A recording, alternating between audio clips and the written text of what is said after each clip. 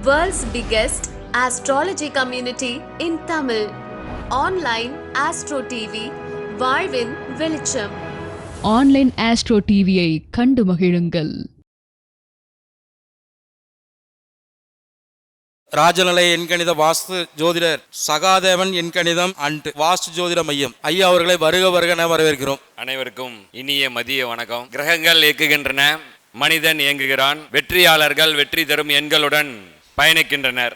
கட்டம் தன் கடமையை செய்யும், கட்டிடமும் தன் கடமையை செய்யும் என கூறிக்கொண்டு இந்த 57வது மாதாந்திர கருத்தரங்கிற்கு வருகை புரிந்துள்ள அனைவரையும் வருக வருக என வரவேற்கிறேன். இந்த மதிய பேச்சு எல்லாம் சாப்பிட்டு ஃப்ரீயாக கேட்கலாம். ஜோதிட பிரபஞ்ச குழுவின் தலைவர் திரு வல்லரசு தினேஷ் ராஜா அவர்களுக்கும், துணைத் தலைவர் திரு BK திருப்பதி ராஜா அவர்களுக்கும், பொருளாளர் அண்ணன் கரு முருகானந்தம் அவர்களுக்கும், செயலாளர் ஆன்லைன் அஸ்ட்ரோ டிவி நிறுவனர் திரு முத்துப்பாண்டி அவர்களுக்கும், துணை செயலாளர் தனபாகியம் மேடம், ஒருங்கிணைப்பாளர் நந்தகுமார் ஐயா, கௌரவ ஆலோசகர் சிவகாளீஸ்வரன் மற்றும் கதிர் மாணிக்கண்ணன் அனைவருக்கும் எனது மதிய வணக்கங்களை தெரிவித்துக் கொண்டு, இந்த 57ஆம் எண் அப்படின்றது ஒவ்வொரு மாசமும் அந்த எண்ணில் கூட்டி எண்ணில் பிறந்தவங்களுடைய பெயர்களை பார்த்தோம். அந்த வரிசையில் 57 நம்ம நிறைய தடவை சொல்லியிருக்கோம். குழந்தைகள் இல்லாத எண், பிள்ளைகள் இல்லை அப்படின்னு வரக்கூடிய எண் பொன் ராதாகிருஷ்ணன் அப்படிங்கிறவரோட அந்த பொன் ராதாகிருஷ்ணன் அப்படின்றத கூட்டினா 57. அவருக்கு திருமணம் ஆகவில்லை, குழந்தைகள் இல்லை. அதே மாதிரி கலாநிதி வீரசாமி அப்படின்ற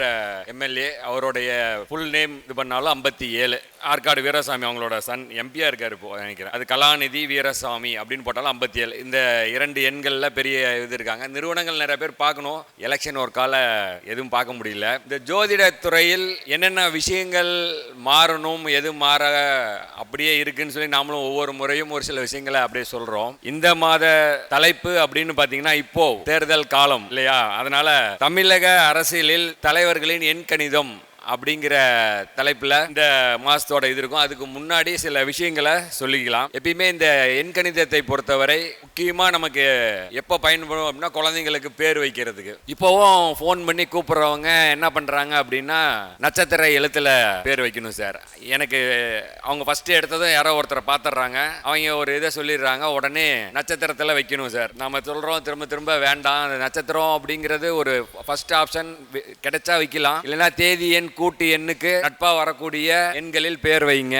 அதை விட நிறைய விஷயங்கள் இருக்கு, தயவுசெய்து நீங்களா பேரை வைக்காதீங்க அப்படிங்கிறத நம்ம சொல்லி சொல்லி பார்க்குறோம். அதே மாதிரி 2 பேர் தான் எடுத்துக்கிறது, வாயில் வராத பேரை அதை வச்சுக்கிட்டு பண்ணிக்கிட்டே இருக்காங்க. அது இன்னும் ஒவ்வொரு மாதமும் தொடர்றதால நாம் அதை ஒவ்வொரு மாதமும் சொல்லிக்கிட்டு இருக்க வேண்டியதாக இருக்குது. அந்த மாதிரி பண்ணாமல் நல்ல அர்த்தமுள்ள பேர்களை குழந்தைகளுக்கு வைக்கணும். ஏன்னா அந்த நீங்கள் வைக்கக்கூடிய பேர் தான் அவங்கள வளர்த்தக்கூடியது. அதை தயவுசெய்து கருத்தில் கொண்டு எல்லாரும் கரெக்டாக நடந்துக்கணும்னு கேட்டுக்கிறேன். அப்புறம் 2வது விஷயம் என்னன்னு பார்த்தீங்கன்னா திருமண பொருத்தம் பார்க்குறது. இந்த பொருத்தம் பார்க்கறதுக்கு 10க்கு எத்தனை பொருத்தம், அதே திரும்ப திரும்ப சந்தான விருத்தி, இந்த பொருத்தம் இருக்கு அந்த பொருத்தம் இருக்கு, இது இல்லை சார். அப்போ குழந்தை புத்திர இருக்காதா? இன்றைக்கெல்லாம் நம்ம திரும்ப சொல்கிறோம், குழந்தைங்க அப்படிங்கிறதுக்கு பயப்படவே வேண்டியதில்லை, எப்படினாலும் குழந்தை பிறந்துடும். அதனால் தயவுசெய்து இந்த திருமணத்தை பொறுத்த வரைக்கும் பெண் வீட்டில் ஜாதகத்தை ஓகேன்னு சொன்னாங்க அப்படின்னாலே, ஏன்னா அவங்க தான் ஓகே சொல்லாதவங்க, அவங்க ஓகே சொல்லிட்டாங்க அப்படின்னாலே தாராளமாக பொண்ணை பார்க்க போய் அடுத்த கட்ட வேலைக்கு போங்க அப்படின்னு சொல்கிறோம். இந்த 10 பொருத்தத்தை போடுறத விட கட்டத்தை தெரிஞ்சுக்கணும், கட்டத்தை புரிஞ்சுக்கணும் அப்படிங்கிறது ஜோசியர்கிட்ட கரெக்டாக ஜாதக கட்டத்தை பாருங்கள். நீங்களா அந்த 10 பொருத்தத்தை பார்த்து டைம் வேஸ்ட் பண்ணாதீங்க அப்படிங்கிறத நம்ம திரும்ப திரும்ப சொல்லிகிட்டு இருக்கோம். அதே மாதிரி ஃபோன் நம்பர் எடுக்கிறது. ஃபோன் நம்பர் எடுக்கிறதுக்கு 10 சேனலில் எல்லா நம்பரையும் பார்த்துட்டு நாமளே எடுத்துடலாம் அப்படின்னு சொல்லி ஒரு நம்பரை எடுத்து அதுக்கு ஒரு 4 மாதம் பில்லை கட்டிட்டு நம்பர் வேலை செய்யலை அப்படின்னு வராங்க. அந்த நம்பரை எடுத்து பார்த்தா சம்மந்தம் இல்லாத நம்பராக இருக்குது. ஆக்சுவலாக இங்கே எல்லாரும் நம்பரை சொல்லியிருந்தாலும் அவங்களால அந்த நம்பரை கரெக்டாக எடுக்க முடியாமல் ஒரு சில தவறுகளில் எடுத்து வைக்கிறாங்க. அதனால் கைபேசி எண் மாற்றம் அப்படிங்கிறது ஒரு தடவை செய்யக்கூடிய ஒரு விஷயம். அதை ஒரு தடவை பண்ணுறதை கரெக்டாக பண்ணிவிட்டு அடுத்த கட்ட வேலைகளை பார்க்கணும். ஒரு போல்டான ஒரு சிலர் இப்போ நம்பரை எடுக்கிறது, ஆனால் பழைய நம்பரையே யூஸ் பண்ண வேண்டியது, எதுவும் நடக்கலை அந்த மாதிரி சொல்கிறது.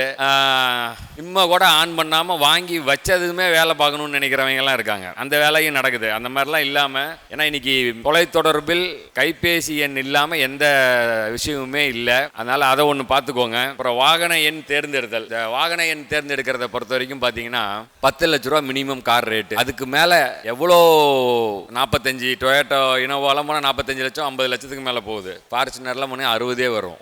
ஆனால் அந்த நம்பரை ஒரு 30,000 ரூபாய் கரெக்டாக அந்த சீரியஸ்குள்ளாரே ஓடுனுச்சுன்னா 16,000, அதை தாண்டி ஓடினா 50,000த்துக்குள்ளார நம்பர் எடுக்கணும். கண்டிப்பாக நான் சொல்கிறது என்னென்னா, உங்களோட தலையெழுத்து இந்த வீடியோவை நீங்கள் பார்க்குறீங்க அப்படின்னா கார் நம்பரை கரெக்டாக எடுக்கணும் அப்படின்னு உங்களுக்கு காதில் படுது அப்படின்னா பணத்தை கட்டி எடுக்கிறதுக்கு தயங்காமல் எடுங்க. கண்டிப்பாக கார் நம்பர் ரொம்ப ரொம்ப வண்டி வாகனம், 2 வீலர் ஆகட்டும் கார் ஆகட்டும், ரொம்ப முக்கியமான ஒரு விஷயம். அதுக்கப்புறம் நம்ம இந்த மலர் மருந்து தரோம். அந்த மலர் மருந்து மனதை மாற்றத்துக்கான மருந்து. நீங்கள் ஒரு ப்ராக்டிஸை 48 நாள் 21 நாள் இல்லைன்னா 48 நாள் தொடர்ந்து செய்கிறதால உங்களுடைய வாழ்க்கை முறை மாறும் அப்படின்னு சொல்றாங்க. அந்த மனதின் மாற்றம் தான் உங்களுடைய வாழ்க்கையின் மாற்றமா அமையும். அதனால நீங்க இந்த மலர் மருந்து அப்படிங்கிறது மனதிற்கான மருந்து. எவ்வளோ பெரிய ப்ராப்ளத்தில் இருந்தாலும் அது எக்ஸப்ட் ஃபிசிக்கல் ப்ராப்ளமாக இல்லாமல் இருந்துச்சுன்னா கண்டிப்பாக மென்டல் அண்டு மனதளவில்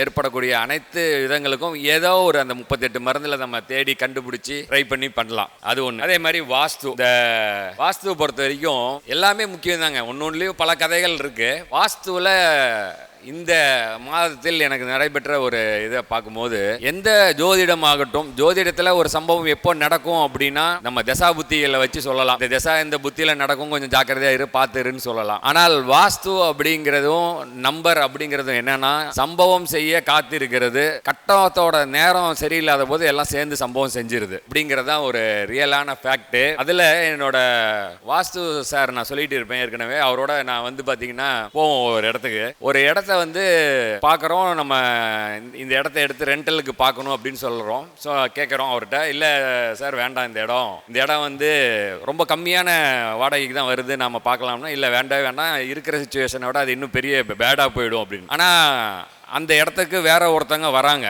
வந்து அப்போ வந்து பார்த்தீங்கன்னா அவங்க கையில் கிட்டத்தட்ட பல ஆர்டர்கள் வச்சுருக்காங்க, பெரிய லெவலில் இருக்காங்க. அவங்க அந்த இடத்த வந்து ரொம்ப மெயினான இடம்ன்றதுனால வந்து அதை எடுக்கிறாங்க. எடுத்து சுமார் 3 ஆண்டுகள் தான் ஆகுது. டோட்டல் சரிவு. அந்த இடத்துல இருந்து எந்த அளவுக்கு ஆர்டர் போயிட்டு இருந்ததோ அந்த ஆர்டர்கள் எல்லாம் காலியாகி இன்னைக்கு 0க்கு வந்துடுச்சு. அப்போ தான் நினைச்சோம், ஓகே நம்ம கூட்டிகிட்டு போய் நம்ம கேட்டது கரெக்டாக போயிடுச்சு அப்படின்னு சொல்லி. அப்போ அவரோட இன்னொரு இடத்துக்கு நாங்கள் போகும்போது வீடு வாஸ்துவெல்லாம் பார்க்க போகும்போது அவங்களோட வீட்டில் வந்து ஏகப்பட்ட ப்ராப்ளம். இது சார் இதெல்லாம் இந்த வீடெல்லாம் எதுவுமே பண்ண முடியாது, டோட்டலாக டெமாலிஷ் பண்ணிவிட்டு புதுசாக தான் கட்டணும் அப்படின்னு சொல்கிறாங்க. அவங்க வந்து அதுக்கெல்லாம் வாய்ப்பு இல்லை அப்படின்னு சொல்லிட்டாங்க. சொல்லி இது எதுவுமே இது வந்து 3 இயர்ஸ்க்கு மேலே நடந்த சம்பவங்கிறதுனால அது இப்போது இந்த மந்தில் இது திரும்ப வந்ததால் இதை உங்களுக்கு சொல்கிறேன்.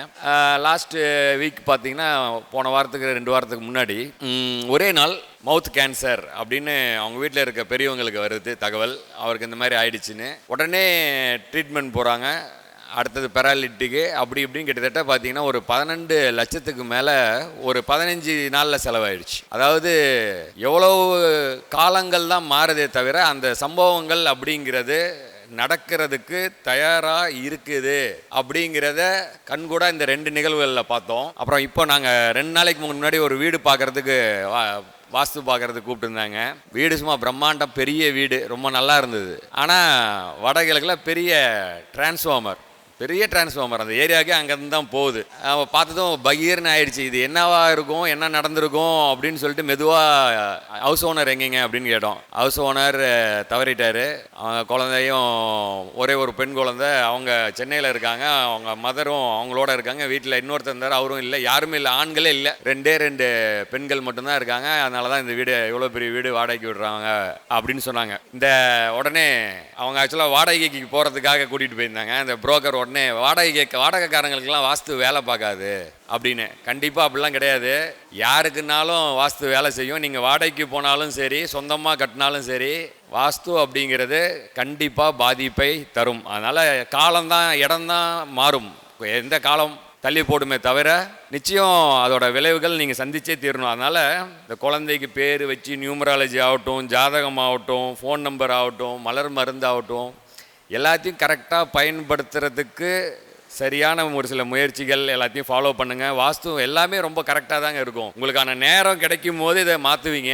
நேரம் நல்லா இல்லை அப்படின்ற பட்சத்தில் அதோட நம்ம பயணிச்சே ஆகணும். அப்புறம் இந்த மாத தலைப்பு அப்படிங்கிறது என்னென்னா, இது தேர்தல் மாதம், தேர்தல் தேதி, தமிழக சட்டமன்றத்தோட தேர்தல் அறிவிச்சாச்சு.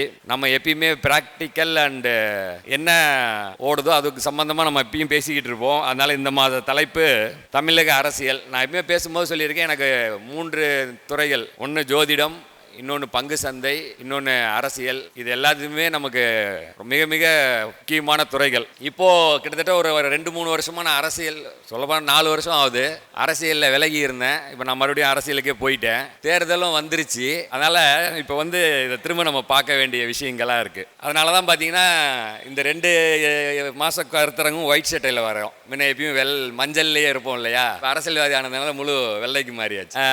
இந்த தேர்தல் அப்படிங்கிறது, இந்த இந்திய தேர்தல் ஆணையத்தில் மொத்தம் 3 தேர்தல் இருக்கு. ஒன்று லோக்சபா பார்லிமெண்ட்டுக்கு நடக்கக்கூடிய தேர்தல், இன்னொன்று அசம்பிளி எலெக்ஷன் மாநிலத்துங்களுக்கு நடைபெறக்கூடிய சட்டமன்ற தேர்தல், இன்னொரு தேர்தல் அப்படிங்கிறது பார்த்தீங்கன்னா உள்ளாட்சி தேர்தல், கார்பரேஷன், பஞ்சாயத்து, அதுக்கெல்லாம் தேர்ந்தெடுக்கக்கூடிய தேர்தல். இப்போ நிறைய ஜோதிடர்கள்லாம் யார் அடுத்த முதலமைச்சர் ஆகுவாங்க அப்படிங்கிற கருத்தெல்லாம் சொல்ல டிவியில் வந்துக்கிட்டே இருக்கும். இனிமே பார்த்தீங்கன்னா கடைசியாக முடிஞ்சால் நானும் அதையும் சொல்கிறேன். அப்போ இந்த தேர்தலில் எந்த தேர்தல் இப்போ நடக்குதுங்கிறத அவசியம் நீங்கள் தெரிஞ்சுக்கணும். அதுவே தெரியாமல் தான் பல பேர் ஓட்டு போட போகிறோன்ட்டு இருக்கான். அதே மாதிரி வாக்களிப்பதில் நம்மளுடைய வாழ்க்கையும் சம்மந்தம் இருக்குது. எப்படி சார் அப்படின்னா, நமக்கு தெரிஞ்ச வரைக்கும் ஓட்டு போட கூப்பிட்றாங்க, அந்த தேர்தல் டேட் அறிவிக்கிற அன்னைக்கு போய் ஓட்டை போட்டுட்டு வரோம், அவ்வளோதான்.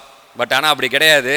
அரசியலில் வலதுசாரி சிந்தனை அப்படின்னு ஒன்று இருக்குது. அதே மாதிரி இடதுசாரி சிந்தனைகள் அப்படின்னு கட்சிகளில் சிந்தனைகள்லாம் இருக்குது. நம்மளுடைய ஹேபிட், நம்மளோட குணம், அதுக்கு தகுந்த மாதிரி தான் நம்ம ஓட்டை போடுறதுக்கே நம்ம போகிறோம். ஆனால் நம்ம தமிழகமும் ஆகட்டும், இந்தியாவில் இருக்கக்கூடிய எல்லாரோட பிரச்சனை என்னென்னா, நான் ஒரு கட்சிக்கு ஓட்டு போட்டு பழகிட்டேன், அதை விட இன்னொரு கொடுமை என்னென்னா, தாத்தா ஓட்டு போட்டார், எங்கள் அப்பன் ஓட்டு போட்டான், அதால் நானும் ஓட்டு போடுறேன் அதே கட்சிக்கு அப்படிங்கிற கோஷ்டியாக இருக்கிறது தான் இப்போ பெரும் பிரச்சனையே. அது கொஞ்சம் மாறணும். சிந்தனைக்கும் இதுக்கும் ஒரு காரணம் இருக்குது. அதாவது திருவண்ணாமலையில் பௌர்ணமிக்கு கிரிவலம் சுற்றுறவன் எல்லாம் மாரியம்மனுக்கும் காளியம்மனுக்கு கோயிலில் கும்பாபிஷேகம் ஆகட்டும், வருஷம் வருஷம் பண்டிகைக்கு போகிற எல்லாரும் ஒழுங்காக சிந்திச்சு ஓட்டு போட்டாலே இந்த இடத்துல அந்த திராவிடம்ங்கிற பெரியாரிசம் வரவே வராது. எதுக்கு கிரிவலம் போகிறான்னு தெரியல, அதை வேறையா நினைக்கிறான்.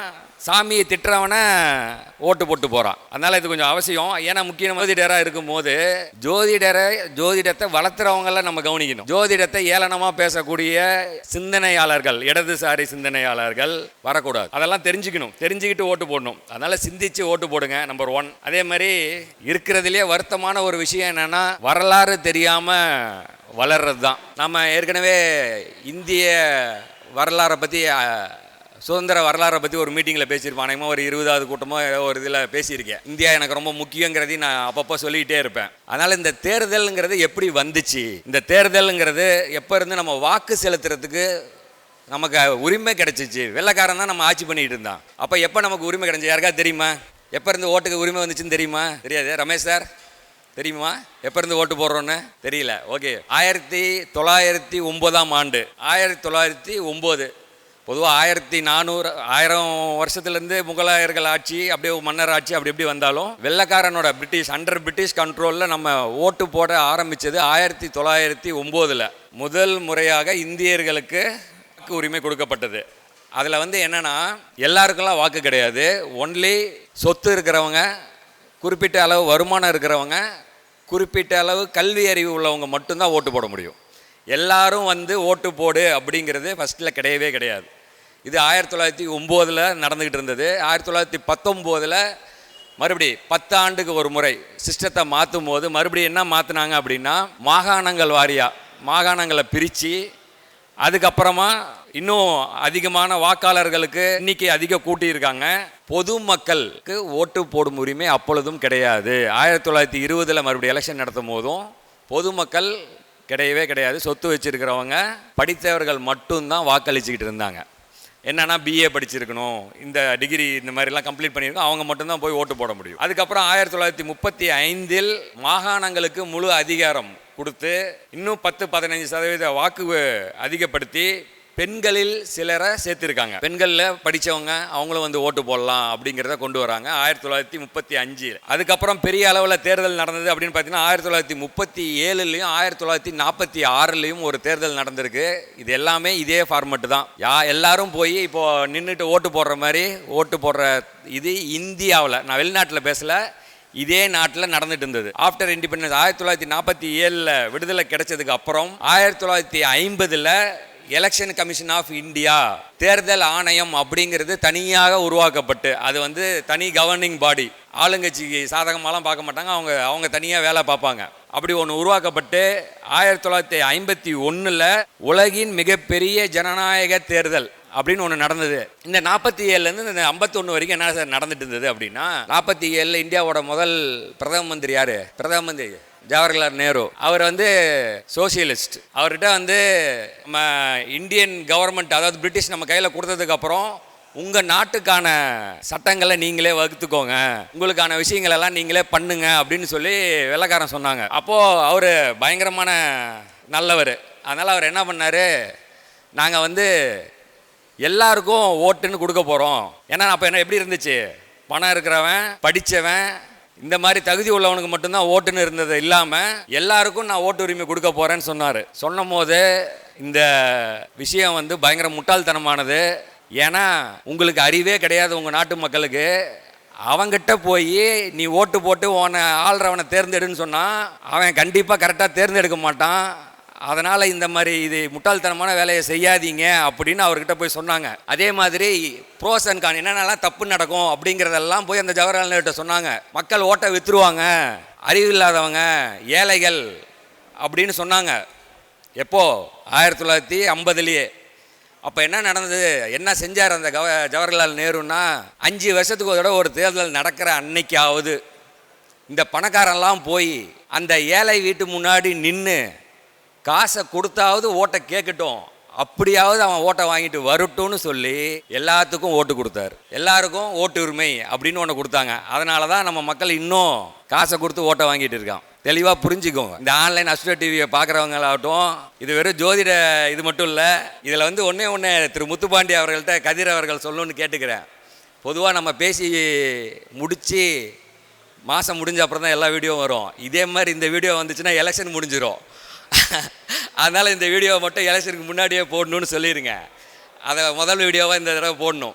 என்னென்னா, ஜோதிட அறிவு இருக்கணும், பொதுவான அறிவு எல்லாமே இருக்கணும். சினிமாவை பார்த்துட்டு போய் ஓடுறான் இல்லையா, இப்போ இந்த தேர்தலில் அப்படி தானே. இந்த தேர்தலை பொறுத்த வரைக்கும் ஆகட்டும், எம்ஜிஆர் ஆகட்டும், எல்லாமே சினிமா பார்த்து. அப்போ ஜோசிய மீட்டிங்லேருந்து ஒரு அரசியலுக்கான விஷயங்கள் போட்டுமே, அதால் ஒன்றும் தப்பு இல்லை. சரி, இங்கே வருவோம். அப்போ என்ன பண்ணுறாரு ஜவஹர்லால் நேரு, எல்லாருக்கும் ஓட்டு உரிமைன்னு கொடுக்குறாரு. அப்படி வந்தது தான் யூனிவர்சல் அடல்ட் ஃப்ரான்ச்சைசி வாக்குரிமை, அனைவருக்குமான வாக்குரிமை. இந்தியா தாங்க முதல்லையே 21 வயசுக்கு மேலே இருக்க ஆண் பெண் இருவரும் வாக்களிக்கலாம்னு கொண்டு வந்தது. இன்னும் இந்த அரபு கண்ட்ரிகள்லாம் பல நாடுகளில் அதுக்கப்புறம் தான் வந்துச்சு. எல்லா நாட்டிலெலாம் பொம்பளைங்களுக்கெல்லாம் ஓட்டு போடுற உரிமை கிடையவே கிடையாது. நம்ம தான் முதல்ல எல்லாத்துக்கும் விட்டோம். அது சைனாவாகட்டும், நார்த் கொரியாவாகட்டும். இப்போ ஒருத்தன் ஏதோ ஒரு தேர்தல் நடத்தினான், 99.7% பேர் ஒருத்தனுக்கே ஓட்டு போட்டானுங்களாம். அந்த 0.3% பேர் மாறினது இதுதான் உலக வரலாறுலேயே அவனுங்களுக்கு தடவையாம். பார்த்துருந்தீங்கன்னா தெரியும், செய்தியெல்லாம் பாருங்கள் அப்பப்போ. அப்படி இருக்கும்போது இந்த 21 வயது 1951 போடும்போது என்ன போட்டாங்கன்னா, 21 வயதுக்கு மேல் இருக்கக்கூடிய அனைவருக்கும் வாக்குரிமை அப்படின்னு. அதே மாதிரி எந்த சொத்து கல்விக்கு சம்பந்தம் இல்லை, என்ன வேணால் படிச்சிருக்கட்டும். அதனால தான் காமராஜர்லாம் எதுவுமே படிக்காமல் இருந்தாலும் பெரிய முதலமைச்சர் ஆக முடிஞ்சது. அதே மாதிரி 1988, அதுக்கப்புறமா 1988 61வது கான்ஸ்டியூஷனல் அமெண்ட்மெண்ட்டில் என்ன பண்ணுறாங்கன்னா, இந்த 21 வயசுங்கிறத 18 வயசாக குறைச்சிருக்காங்க. அதுக்கப்புறமா தான் இளைஞர்கள் அதிக அரசியலில் வர ஆரம்பித்தது. இது வந்து 1988 நடந்தது. இதால் என்ன சார் நடந்தது அப்படின்னா, இந்திய தேர்தல் வரலாறு அப்படிங்கிறது சுதந்திரத்திற்கு பின் 1940 சுதந்திரம் கிடைச்சதுக்கு அப்போ உட்கார வச்சிருந்தது வந்து அந்த ஜவஹர்லால் நேரு உட்கார வச்சது மக்கள் கிடையாது. அப்போ இருந்தக்கூடிய சிஸ்டம் அப்படியே உட்கார வச்சிச்சு. கண்டினியூவாக அவங்களே தான் இருந்துக்கிட்டு இருந்தார். 1977 80 வரைக்குமே பார்த்திங்கன்னா காங்கிரஸ் காங்கிரஸ் காங்கிரஸ். அந்த எமர்ஜென்சி 1977 வந்ததுக்கப்புறம் தான் கொஞ்ச நாள் மாறினாங்க. அதுக்கப்புறம் 89 99 வரைக்கும் கூட்டணி ஆட்சிகள் மத்தியில் இருந்துச்சு, மாநிலத்தில் வேறு வேறு மாதிரி வந்துட்டு இருந்தது. அதனால் இந்த இந்திய தேர்தல் அப்படிங்கிறது பார்த்திங்கன்னா 2000 ஆண்டுலேருந்து டிஜிட்டல் மயமாக்கப்பட்டு எல்லாரும் மெஷினில் இவிஎம்மில் போய் ஓட்டு போட்டுக்கிட்டு இருக்கோம். இது வந்து இந்திய அளவில் தேர்தல் ஆணையம் பண்ண விஷயங்கள். இப்போ இந்த தமிழக தேர்தலுக்கு வரும்போது தமிழ்நாட்டில் எப்போ தேர்தல் நடந்துச்சு, தமிழ்நாட்டில் எப்படி இந்த அரசியல் இருந்துச்சு? 1909 இந்திய அளவில் தேர்தல் இருந்தாலும் தமிழ்நாட்டில் எப்போ இருந்து நடந்ததுன்னு பார்த்தீங்கன்னா 1920. 1920 இப்போ போய் பார்த்தா அது ஒரு தனியாக ஒரு 3 மணி நேரம் 4 மணி நேரம் பாடம் நடத்த வேண்டிய அளவில் இருக்குது. அது வேண்டாம், ஏன்னா நம்ம எம்ஏ பொலிட்டிக்கல் சயின்ஸ் படிக்கல, அஸ்ட்ராலஜியில் சும்மா ஒரு சில விஷயங்களை தெரிஞ்சுக்கணும், சாப்பிட்டு தூங்கக்கூடாது அப்படிங்கிறதுனால உங்களை எழுப்பணும் அப்படிங்கிறதுக்காக இதை சொல்லிக்கிட்டு இருக்கேன். 1920 ஜஸ்டிஸ் பார்ட்டி அப்படின்னு நீதி கட்சின்னு ஒரு கட்சி, நமக்கு தெரிஞ்ச 2 கட்சி தான், ஒன்று உதயசூரியன், இன்னொன்று ரெட்டலை. அதை தவிர நமக்கு எதுவுமே தெரியாது. இப்போ ஒருத்தன் விசில் அடிச்சுட்டு வரதுனால நமக்கு விசில்னு ஒன்று தெரியும், வேற எதுவும் தெரியாது. அப்படிதானே? உங்களுக்கு மட்டும் தெரியும், மற்றவங்களுக்கு தெரியாது. இதில் அந்த ஜஸ்டிஸ் கட்சி நீதி கட்சிங்கிறது 1920 இருந்து 37 வரைக்கும் தொடர்ந்து 17 ஆண்டுகள் அவர்கள் தான். அதில் யாருன்னா பெரும்பாலும் பிராமணர்கள், அதுக்கப்புறம் படித்தவர்கள், அது மாதிரி முன்னாடி சொன்னோம் இல்லையா, ஒன்லி ஹை கிளாஸ் பீப்புள் மட்டும்தான். அதனால தான் இந்த தமிழ்நாட்டிற்குள் நான் பிராமின் மூமெண்ட், பிராமின் அல்லாதோர் சங்கங்கள், பிராமின் அல்லாதோர் இயக்கங்கள் அப்படிங்கிறது பெரிய அளவில் வரதுக்கு ஒரே காரணமாக இருந்தது அந்த நீதி கட்சியின் தொல்லை. அவனுங்க பண்ண சேட்டையால் வந்தது தான் இப்போ இன்னைக்கு நம்ம இவ்வளோ பிரச்சனைக்குள்ளே இருக்கிறோம். இதில் 1937 நடந்த தேர்தலில் ராஜகோபாலாச்சாரி காங்கிரஸ் அவங்க ஜெயிச்சிருக்காங்க. அதோட விஷயங்கள் முடியுது. சுதந்திர போராட்டத்துக்கு அப்புறமா 52 காங்கிரஸ், 67 62 இது வரைக்கும் காங்கிரஸில் மாற்றி மாற்றி ஆண்டுட்டு இருந்ததில் தமிழ்நாட்டை பொறுத்த வரைக்கும் ஒரு திருப்பு முனை அப்படின்னா 1967, 1957, அதுக்கப்புறம் 1967. இந்த 67 தான் டிராவிடியன் மூமெண்ட், திமுக திராவிட கழகங்கள் ஜெயிக்க வராங்க. அன்னையோட காங்கிரஸ் முடிவுக்கு போச்சு. இதுல சிஎன் அண்ணாதுரை முதலமைச்சர் ஆகிறார். ஆனால் அப்போ அவர் நின்னது எம்பி எலெக்ஷனில் தான், எம்எல்ஏ எலெக்ஷனில் நிற்கல. அவர் எம்பியா இருந்தும் எம்எல்ஏல ஜெயிச்சதுனால ஆட்சி அமைக்கிறதுக்கான வாய்ப்பு அவருக்கு கிடைச்சதுனால அவர் இதானார். ஆனால் குறுகிய காலத்தில் அவருக்கு கேன்சர் இருந்து இறந்துடுறாரு. இந்த சிஎன் அண்ணாதுரை அப்படிங்கிற ஒரு நேம் டோட்டல் 34. அவர் பிறந்த தேதி 15/9/1909. நான் ஃபர்ஸ்ட் ஒரு டேட்டு சொன்னேன். தேர்தல் ஆணையம் இந்தியாவில் முதல் தேர்தல் இருந்தது 1909. அன்னைக்கு பிறந்தவர் தான், அப்போ பிறந்தவர். 1967 முதலமைச்சர் ஆகிறார் தமிழ்நாட்டுக்கு. பிறந்த தேதி எண் 15, கூட்டு எண்ணும் 34 தான். அவரோட பேர் எண்ணும் 34, கூட்டு எண்ணும் 34 இருந்திருக்கு. அது அண்ணாதுரை. அடுத்து 1972 67 வந்ததுக்கப்புறம் அவர் இறந்ததுக்கப்புறம் பல பேர் மாறி இருக்காங்க. அந்த சீஃப் மினிஸ்டர்ஸ் எல்லாம் வேண்டான்னு சொல்லிட்டு முக்கியமான கதையை சும்மா சுருக்கமாக முடியும். நான் ஆக்சுவலாக இந்த மீட்டிங் வருவேன்னு நான் நினைக்கல. நேற்று தேர்தல் வேட்பாளர் சேலத்தில் அறிவிச்சிருந்தா நான் இன்னைக்கு வந்திருக்க மாட்டேன். அறிவிக்காதனால, என்னோட மாவட்டத்தில் அறிவிக்காதனால தான் இன்னைக்கு சின்ன லெவலில் எடுத்துகிட்டு வந்தேன்.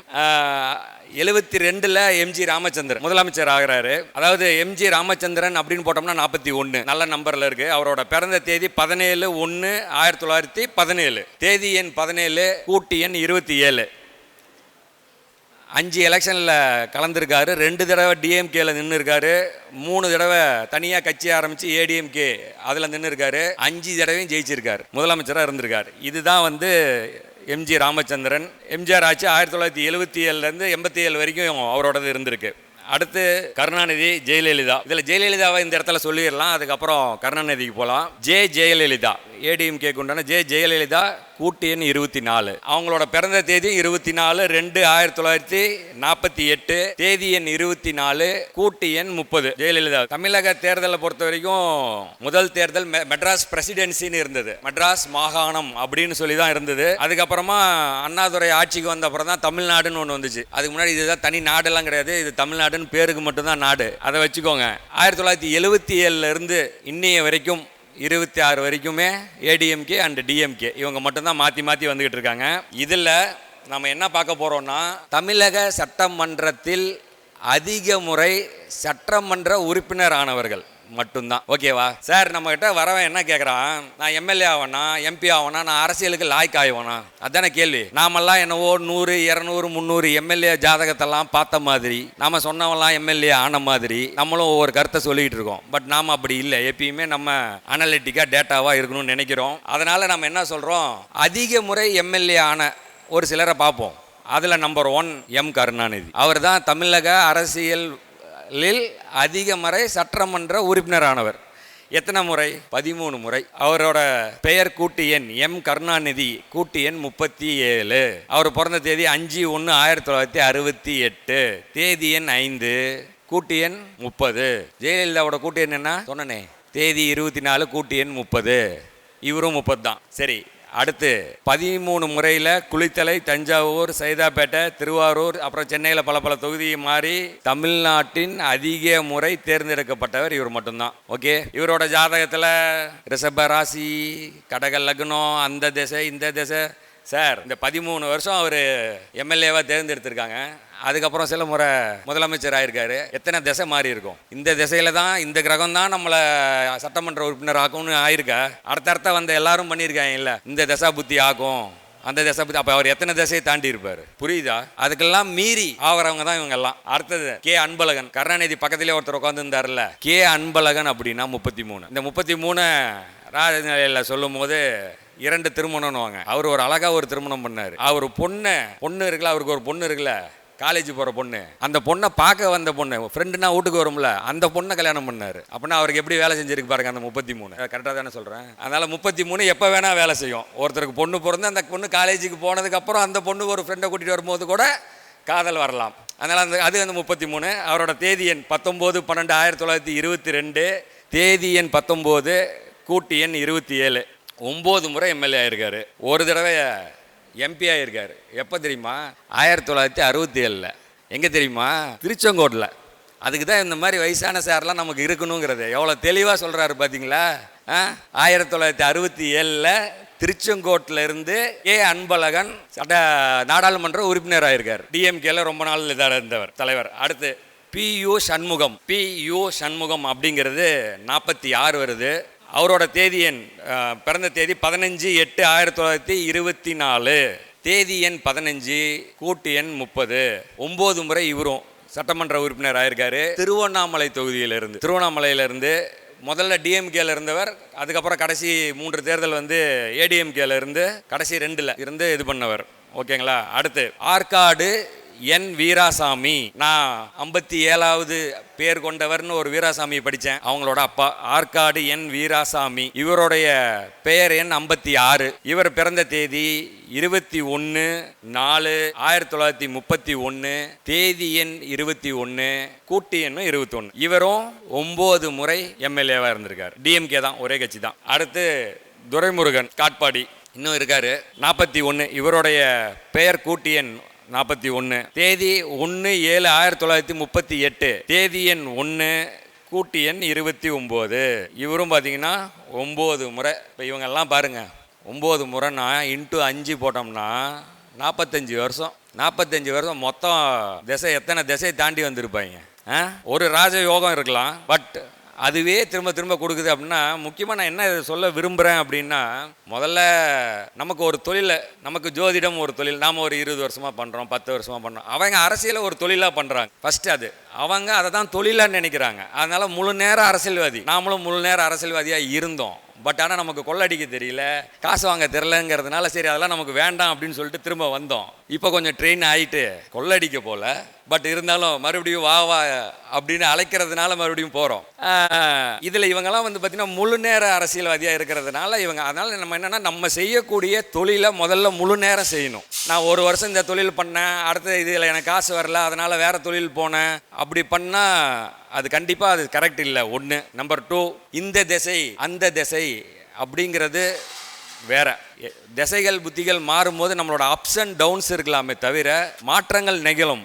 ஆனால் அதுவே நம்மளை வந்து முழு விஷயத்தையும் கொண்டு போகாது. அதையும் மீறி உங்களுடைய தொழிலை நீங்கள் தொடர்ந்து இருக்கும்போது ஒரு பீக்கை நீங்கள் அடிக்கலாம், கண்டிப்பாக அடிக்கலாம். அதுக்கான ராஜ அமைப்புகள் இருக்கும்போது இவங்கெல்லாம் பார்த்தீங்கன்னா இன்னும் அடுத்த கொஞ்சம் பேரை சொல்கிறேன். நமக்கான டைம் எப்படியும் 3/4 மணி நேரம் இருக்கிறதுனால பார்ப்போம். பெருகிப்படி 24 டோட்டல் வந்து 31, 24/3/1969, தேதி எண் 24, கூட்டு எண் 34. ஓகேவா? இந்த மாதிரி இன்னும் மற்றவங்க இருக்குது, இருந்தாலும் நேரம் கருதி அப்படி அதிமுகவுக்கு போயிடலாம். எடப்பாடி கருப்பா பழனிசாமி ஃபுல்லாக கூட்டினா 68. அவர் பிறந்த தேதி 12/5/1954, தேதி எண் 12, கூட்டு எண் 27. 1998, 99, 2004 3 தடவை நாடாளுமன்ற உறுப்பினராக எங்க இதே திருச்செங்கோட்டில் நின்று நாடாளுமன்ற உறுப்பினராக இருக்கார். ஓகே, 3ல் 2 தடவை ஜெயிச்சிருக்காரு. ஒரு தடவை 2004 தோத்துட்டாரு, 2 தடவை இங்கே ஜெயிச்சிருக்காரு. 1989 இருந்து அவரும் அரசியல் இருக்காரு. 89, 91, 96 இருந்து எம்எல்ஏவா மறுபடியும் 2006 ஒரு தடவை தோத்துருக்காரு. 89 இருந்து 2021 வரைக்கும் 7 தடவையில் 5 தடவை ஜெயிச்சிருக்காரு. ஓகேவா? அடுத்து ஓட்டக்கார தேவர் பன்னீர்செல்வம் OPS. ஆனால் அங்கே ஃபுல்லாக போட்டால் 60 வருது. 14/1/1951, 14 கூட்டு எண் 22. இந்த 2001 இருந்து இவர் வந்து பார்த்தீங்கன்னா 2021 தான் ஃபர்ஸ்ட் தடவை கண்டெஸ்ட் பண்ணுறாரு. 2001 இருந்து 2021 வரைக்கும் 5 தேர்தல், 5மே வின்னு. 3 தடவை போடி நாயக்கனூர் மறுபடியும் 2 வேற. 2024 தான் எம்பிக்கு நின்னாரு, எம்பியில் தோத்துட்டாரு. இப்போ நாம இந்த கார் நம்பரை பற்றி பேச ஆரம்பித்தோம். முதல்ல இருந்து இது வரைக்கும் நம்ம பல தடவை கார் நம்பரை பேசும்போதெல்லாம் நான் சொல்லியிருக்கேன், திமுக காரங்க ஒரு சில கார் நம்பர் வச்சிருக்காங்க, திமுக காரங்க தான் வச்சிருக்கணும். அதிமுக காரங்க ஒரு சில கார் நம்பர் வச்சிருக்காங்க, அதான் அதிமுக காரங்க தான் வச்சிருக்கணும். அதிமுக காரங்க யூஸ் பண்ற கார் நம்பர் எம்ஜிஆரோட கார் நம்பர்னு 4777 யூஸ் பண்றாங்க அப்படின்னு நான் சொன்னேன். நிறைய பழைய வீடியோ எடுத்து பாருங்க. அப்ப சொல்லும் போது சொல்லுவோம், இந்த துணை முதல்வர் உருவாக்கக்கூடிய நம்பர்ல 2345 ஒன்று இருக்கு. 2345 2345 ஒரு நம்பர் இருக்கு, அது OPS வச்சிருக்காருன்னு சொன்னோம். இந்த திமுக நம்பர் திமுக நம்பர் 2345, அது சிஎம் நம்பர் 2345, உதயநிதி நம்பர் 2345 அப்படின்னு நம்ம பல தடவை பேசியிருந்தோம். யாராவது நினைச்சு பார்க்க முடியுமா? ரெட்டை இலையில இருந்து முதலமைச்சராக இருந்த பன்னீர்செல்வம் திமுகவுக்கு வருவாருன்னு இந்த 2345 கொண்டு வந்து அவரை திமுகவிலே சேர்த்து விட்டுடுச்சு. நான் ஒன்று தான் சொல்கிறேன், ஒவ்வொரு தடவையும் சொல்கிறேன், நம்ம வச்சிருக்க எண் முன்னால் நடந்த சம்பவத்தையோ பின்னால் நடக்க போகிற சம்பவத்தையோ குறிகாட்டுகிறது. தயவு செய்து புரிஞ்சுக்கோங்க. அதனால் ஒழுங்காக நம்பரை மாற்றிட்டு வாழ்க்கையில் முன்னாடி நடந்தது ஒரு பக்கம் இருக்கட்டும், பின்னாடி நடக்கிறதையாவது கரெக்ட் பண்ணி வைங்கன்னு இந்த OPS-ஆல் அவரால் இப்படி தான் நடக்கிறார். ஆனால் அவருக்கே அது 75 அந்த வயசில் தூக்கிட்டு வந்து திமுகவில் துண்டு போட வைக்குதுன்னா நாமெல்லாம் என்ன மூளைக்கு, எந்த மூளைக்கு? அப்போ அந்த 2345 அப்படிங்கிறது எவ்வளோ ஸ்ட்ராங்கான டிஎம்கே நம்பராக இருக்குங்கிறத தயவு செய்து புரிஞ்சுக்கோங்க. ஓகேவா? அதனால் நம்பர் எடுக்கிற தயவு செய்து இந்த கார் நம்பர் எடுக்கிறதுக்கு நான் அதனால தான் சொல்கிறேன், செலவு பண்ணி எடுங்க. 5000 ஃபீஸு, 16000 காரு கட்டணும், இல்லை 50000 ரூபா கட்டணும், கட்டி எடுங்க. கண்டிப்பாக வாழ்க்கையில் ஏதோ ஒன்று செய்யுது. ஆனால் எப்போ செய்யுது, எப்படி செய்யும் தெரியாது. ஆனால் கண்டிப்பாக செய்யுது, OPS வரைக்கும் செய்யுது, வச்சு செய்யுது. தயவு செய்து புரிஞ்சுக்கோங்க. இப்போது 6999 ஆக்சுவலாக 6999 5999 2 நம்பர் வச்சிருக்காருன்னு நினைக்கிறேன். EPS எடப்பாடி பழனிசாமி அவர் இப்போ எத்தனை தொகுதியில் நிற்க போறாரு தெரியுமா? 169 தொகுதியில் ரெட்டை சின்னது 69ல். இப்போ இந்த 69ங்கிறது நெருப்பில் காலை வைத்தல்னு வரும். அதில் நம்ம விஜய் வந்து இந்த 69வது படம்னு ஒன்று எடுத்து நெருப்பில் காலை வைக்கிற மாதிரி ஒரு ட்ரெய்லரை போட்டு வந்து அந்த படம் இன்னும் வர முடியாமலே நின்றுக்கிட்டு கிடக்குது. அது நெருப்பில் காலை வச்ச மாதிரி ஆச்சு. இப்போ அரசியலுங்கிற நெருப்புலையும் காலை வச்சு தான் இருக்காரு. கரெக்டா? அதனால இந்த 69ல் இப்போ எடப்பாடி அவர்களும் வந்திருக்காரு. என்ன பண்ண போறாருன்றதை ஒன்று பார்ப்போம். முக்கியமாக இந்த 234 சட்டமன்ற உறுப்பினர்கள் நம்மகிட்ட இது பண்ணுறது, அதில் ஒரு சிலர் ஆளுங்கட்சி சட்டமன்ற உறுப்பினர் ஆவார், ஒரு சிலர் எதிர்கட்சி சட்டமன்ற உறுப்பினர். மொத்தத்தில் சட்டமன்ற உறுப்பினராக ஆகணும்னா ஒரு சில ஜாதக அமைப்பு இருக்கணும், ஒரு சில நம்பர் கண்டிப்பாக இருக்கும் இல்லையா? மொத்தத்தில் ஏதோ ஒரு தொகுதியினுடைய சட்டமன்ற உறுப்பினர் ஆகிறான்றதுனால அதுக்கே ஒரு அமைப்பு இருக்கும். 2 ரகமாக பிரிகிறாங்க இந்த இடத்துல. அதில் ஒரு ரகத்தில் மந்திரி ஆகிறாங்க. அப்போ அது நம்ம தேர்ந்தெடுக்க, அவனுக்கு ஜாதகம் வெறும் சட்டமன்ற உறுப்பினராக தேர்ந்தெடுத்தா அவனை மந்திரி ஆகுது. அதுக்கு இலாக்கா இந்த துறை கல்வித்துறையில் இருக்கும்போது இந்த பக்கம் வேற ஒருத்தன், இந்த பக்கம் வேற ஒருத்தன் மாறுது. அதனால நிறைய விஷயங்கள் இதில் ஆராய வேண்டியது இருக்கு. தயவு செய்து சும்மா சின்ன விஷயமா இதை வெறும் ஜாதகம், தசா புத்தி, இந்த சூரியன் 10ல் உட்காந்துருக்கிறதுனால, இந்த செவ்வாய் உனக்கு அங்கே இருக்கிறதுனால, நீ இங்கே வர்றதுனால நீ அதாயிடுவ இதாயிடுவ. பாலாஜி ஆசன் இப்போ இருக்கிறதுல நமக்கு பயனில் நிறைய அரசியல்வாதியெல்லாம் போய் ஜாதகத்தை அவர் கையில் கொடுத்து நிறைய ஜாதகம் அவர் கையில் இருக்கிறதுனால அவர் ஓரளவுக்கு ட்ரெயின்டு. ஆனால் இதில் இப்படி இருக்குன்னா அதில் அப்படி இருக்குன்னா ஏன்னா நிறைய ஜாதகத்தை அவன் பார்த்துருப்பாப்புல, அதனால அவர் சொல்லலாம். பட் நம்ம அதெல்லாம் இன்னும் நிறைய ஆராய்ச்சிகளை மேற்கொண்டு கண்ட விஷயங்களை, நல்ல விஷயங்களை சொல்லணும்னு கேட்டுக்கிறேன். பொதுவாக என்னை பொறுத்த வரைக்கும் அரசியலில் தொண்டனா இருந்து ஒரே நாள் போய் ஓட்டை போட்டுட்டு வந்துடுறது நல்லது. ரொம்பலாம் இதில் டீப்பாக யோசிச்சோம்னா ரொம்ப தலைவலி வரும். அதுவும் இப்போ இருக்கிற தலைவலியெல்லாம் பார்த்தீங்கன்னா எனக்கெல்லாம் பெரிய டென்ஷனான பிரச்சனை. இப்போ நானே ஏன் மறுபடியும் அரசியலுக்கு போனேன்னு பார்த்தீங்கன்னா விஜய் அரசியலுக்கு வந்ததால தான். இல்லைன்னா நான் கண்டிப்பாக போயிருக்க மாட்டேன். ஏன்னா விஜய் வந்ததால் நிறைய பேர் வீட்டுக்குள்ளே இருந்த பொம்பளைங்க பிள்ளைங்க எல்லாம் ஓடி ரோடுக்குள்ளே வந்து பயங்கரமாக கத்த ஆரம்பிக்கும். இது என்னடா இப்படி கத்துறாங்களே நான் பார்க்க, நமக்கு தெரிஞ்சதெல்லாம் சுதந்திர போராட்டமும் எவ்வளோ கஷ்டப்பட்டு நம்ம தாத்தாங்களாம் அடி வாங்கி சுதந்திரத்தை கொடுத்தாங்கன்னு பார்த்துட்டு இதுங்க கத்துறதை பார்த்ததும் ரொம்ப உண்மையாலுமே கஷ்டப்பட்டு இல்லை நம்மளால் முடிஞ்ச 10 பேர்த்த ஏற்கனவே திருத்தி வச்சுருந்தோம், அவன்லாம் அப்படியே இருக்கான். அதில் 4 பேர் அங்கே ஓடிட்டான். ஏன்டா ஓடனேன்னு கேட்டால் அவன் சொல்கிறான், நீங்கள் இருந்தீங்க நாங்கள் உங்கள் பின்னாடி இருந்தோம், நீங்கள் இல்லை அப்படின்னா. சரி இது சரிப்படாது, நம்ம அதையும் கவனிச்சாகணுன்றதுனால அங்கே போயிட்டேன். அதனால் ரொம்ப முக்கியமான தேர்தல். இந்த தேர்தலில் கொஞ்சம் சிந்திச்சு வாக்களிங்க. 32, 33 பற்றி நான் சொல்கிறேன். இன்றைக்கி வந்த சிறப்பு விருந்தினர் சார் உங்கள் புக்கை படித்தேன் அப்படின்னாங்க. சந்தோஷம், ஓகே. ஆனால் எனக்கு எங்கேயுமே 32, 33 இல்லை சார் அப்படின்னாங்க. ரொம்ப சந்தோஷம் அப்படின்னு சொல்லிட்டு பேரை கூட்டி பார்த்தாங்களாம் இல்லைன்னாங்க. அப்புறம் ஃபோன் நம்பரை கூட்டி பார்த்தாங்களாம் இல்லைன்னாங்க. அப்புறம் சரி நமக்கு தெரிஞ்ச பிறந்த தேதியை கூட்டி பார்த்தோம், அதுலேயும் இல்லை. சரி எல்லாத்தையும் யோசிச்சுட்டு ஏங்க இந்த வண்டி நிற்கிதே, அந்த வண்டி என்ன கூட்டலாமான்னு கூட்டினோம். வந்துருச்சு 32. ரொம்ப சந்தோஷமாக இருக்காங்க. அதனால் இந்த 32, 33 அப்படிங்கிறது ஒரு முக்கியமான ஒரு நல்ல எண்ணு. அதில் நமக்கு ஒரு சில நிறைய அனுபவங்கள். அதில் ஒருத்தர் ஒரு வாட்ஸ்அப் மெசேஜ் போட்டிருந்தாரு, எப்போ பார்த்தாலும் மாதம் 2 படத்தை சொல்கிறீங்க, படத்தெல்லாம் சொல்லாதீங்க, இனிமேல் வெப் சீரிஸை சொல்லுங்கள் அப்படின்னு சொல்லி ஒரு சின்ன ஒரு ஆட் கட்டிங் அனுப்புகிறாரு. அது என்னென்னா அது ஒரு கொரியன் வெப் சீரிஸு. அதில் சொல்கிறாங்க அந்த 32, 33 வேலட்டில் என்ன நடந்தது சொல்லு அப்படின்னு சொல்லி அந்த 32, 33 பற்றி சொல்கிற அதை அனுப்பியிருந்தாங்க. ரொம்ப ஒரு நல்ல விஷயம். அதாவது இந்த 32, 33 நான் இங்கே பேசுகிறது எங்கெங்கெல்லாம் ரீச் ஆகுது அப்படிங்கிற அந்த ஒரு விஷயம். அந்த வெளிநாட்டு வெப் சீரிஸ்காரனும் விட்டு வைக்கல உங்கள் நம்பரை அப்படின்னு சொல்லி அதில் மெசேஜ் அனுப்பியிருந்தாங்க. அதுக்கப்புறம் அந்த கர்மான்னு சொல்லி வெப் சீரிஸ் அதை பார்த்தேன் ஃபுல்லாக. நல்லா இருந்துச்சு நெட்ஃப்ளிக்ஸில். அது கர்மா என்ன பண்ணுது அப்படின்னு சொல்லி நல்ல ஒரு விஷயம். அப்புறம் இப்போ நான் பார்த்த படம் அப்படின்னு பார்த்தோம்னா துரேந்தர் பார்த்தேன். அது இன்னைக்கு நிலைமையில் எப்படின்னு ஒரு வாரத்தில் 1000 கோடி தொட்டுடும். இந்த துரேந்தர் அப்படிங்கிறது, துரேந்தர் நீங்கள் ஸ்பெல்லிங் பண்ணிக்கோங்க, வேணா சொல்லலாம், DHURANDHAR துரேந்தர் அப்படிங்கிறது கூட்டு எண் 35. இது மொதல் பாட்டு வந்துருந்துச்சு. அது துரேந்தர் அப்படிங்கிறது அது ஹிந்தியில் மட்டும்தான் வந்துருந்துச்சு. ரொம்ப ஹிட்டான படம்.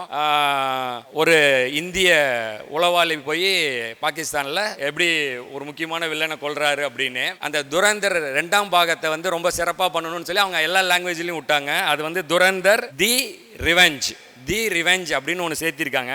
நல்லா பார்த்துக்கோங்க.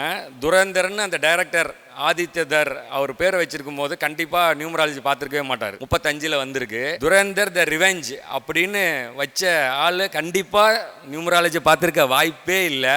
அதோட கூட்டு எண் 80. இதுவும் 8 தான். ஓகே, அவருக்கு அது மிகப்பெரிய வெற்றியை கொடுத்துருச்சு. அதை ஆக்சுவலாக நம்ம 2 படம் சொல்லணுங்கிறதுக்காக இது பண்ணலாம். ஆதித்ய தர்ரை பற்றி அவரோட பிறந்த தேதி அது எல்லாத்தையும் நான் திரும்ப பார்த்துருக்கணும். அதை இன்னொரு நாளைக்கு நியூமராலஜி பற்றி அதில் வரும்போது பார்ப்போம்.